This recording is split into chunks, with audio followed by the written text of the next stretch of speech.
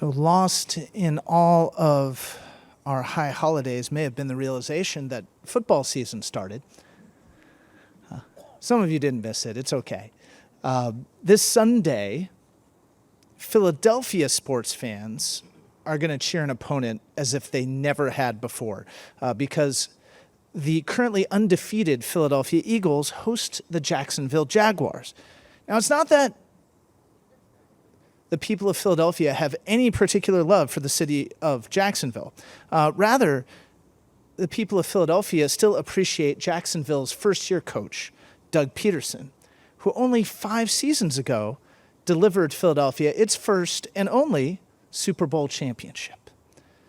You see, Peterson was flying high after the 2017 season, his second as an NFL head coach, when he bested the New England Patriots with a series of daring and dazzling plays, if I say so myself, as a Philadelphia fan.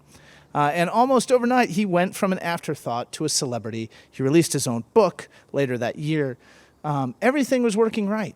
And yet 3 years later, he was jobless. Now, after a year off, he's back at the helm with his new team, and the early results are good. The Jaguars, who have been a laughing stock for years, are now 2-1, following victories against top competition. And Peterson credits his success to a year away from the job. This is what he said. It was just really a good time for me to step away, to refocus and regroup myself, and come back with a lot of energy and passion, and pour everything I learned in 5 years into this job, and to make it the best I can be. To have a little more fun with what we do, and not to be so stressed out all the time.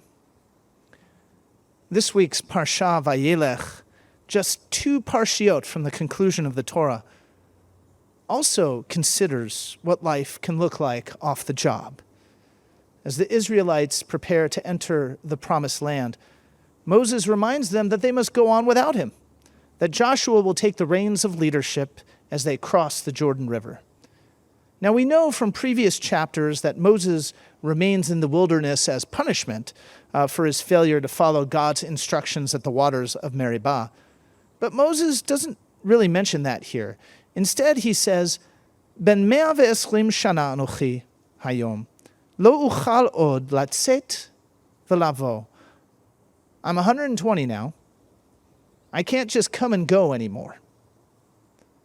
Now, that's a very particularly tangible metaphor, coming and going, that Moses uses to denote the responsibilities of leadership that he can no longer sustain. The same idiom is also used to describe the leadership of Joshua, King David, and King Solomon elsewhere in the Hebrew Bible. And it connotes the sum of skills and resources necessary for Moses to lead. Moses isn't simply suggesting that he lacks the strength to make the journey across the Jordan. He's indicating that he no longer possesses all the abilities he needs to effectively lead. His stamina, his intellect, his interpersonal skills, his resilience and drive, they're just no longer up to the challenge.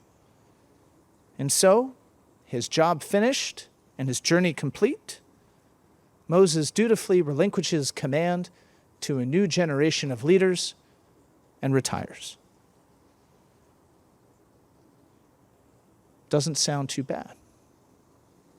But what happens if the job isn't finished or the journey isn't complete? What happens when our stamina, our intellect, our interpersonal skills, our resilience and drive have been exhausted and we still have miles to go? What happens when we feel like we can no longer come and go anymore like we need to? For Coach Peterson and his contemporaries in the professional football field, the answer is relatively simple. Join the Great Resignation, take a year off, come back invigorated. But we can't just all quit our jobs.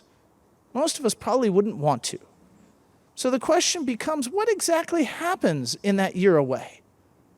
Can we copy it on a smaller scale to restore our ability to come and go?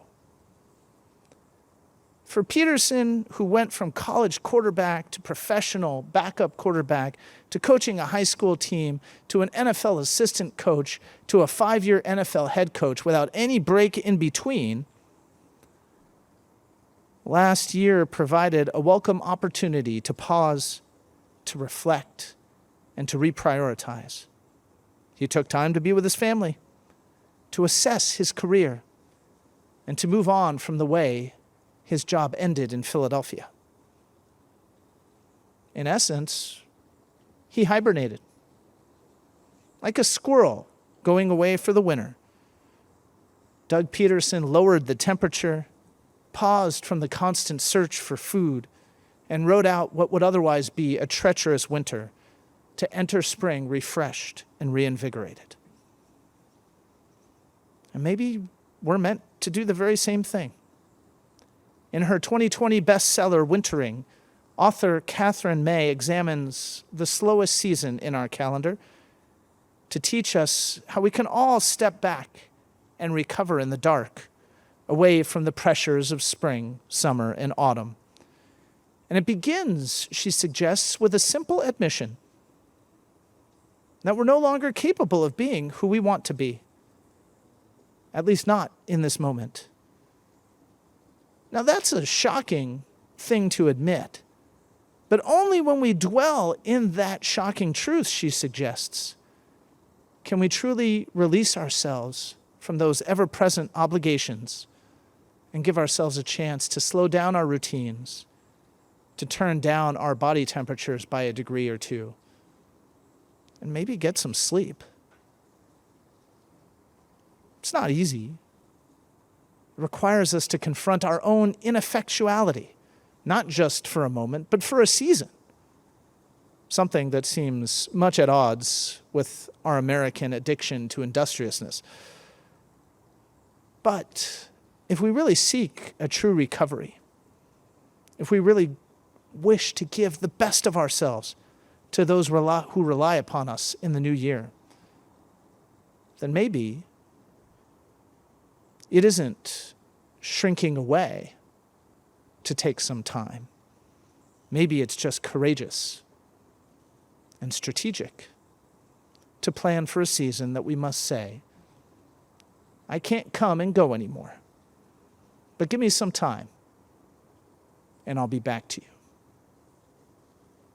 May this opportunity to reflect, to reconsider, to become our best selves carry us not just through these days from Rosh Hashanah to Yom Kippur, but allow us to take the time we need to really be our best selves in the year 5783. May we all be sealed for blessing in the book of life. Gemar Chatima Tova.